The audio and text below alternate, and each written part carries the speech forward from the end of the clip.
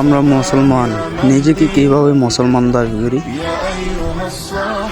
এদিক দিয়ে ফিলিস্তিনের মানুষ রক্ত দিচ্ছে আল-আকসার জন্য,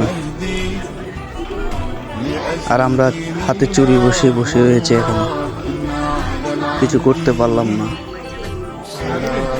আসলে না, আমরা মুসলমান হয়ে মুসলমানের ক্ষতি করি। এদিকে ফিলিস্তিনের হাজার হাজার শিশু শহীদ হয়ে যাচ্ছে, তারা তো শহীদের কাতারেই পড়তেছে।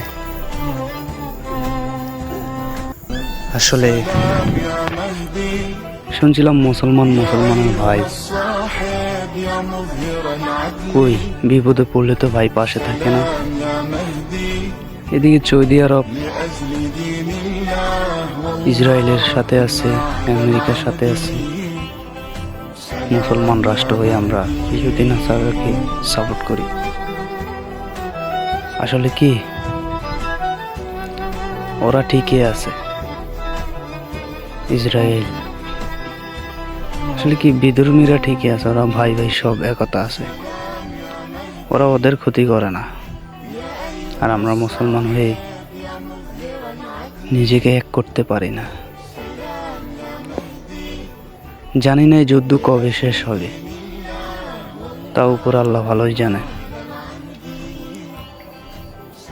শুধু এতটুকু দোয়া করি, ফিলিস্তিনকে আল্লাহ যাতে উদ্ধার করে।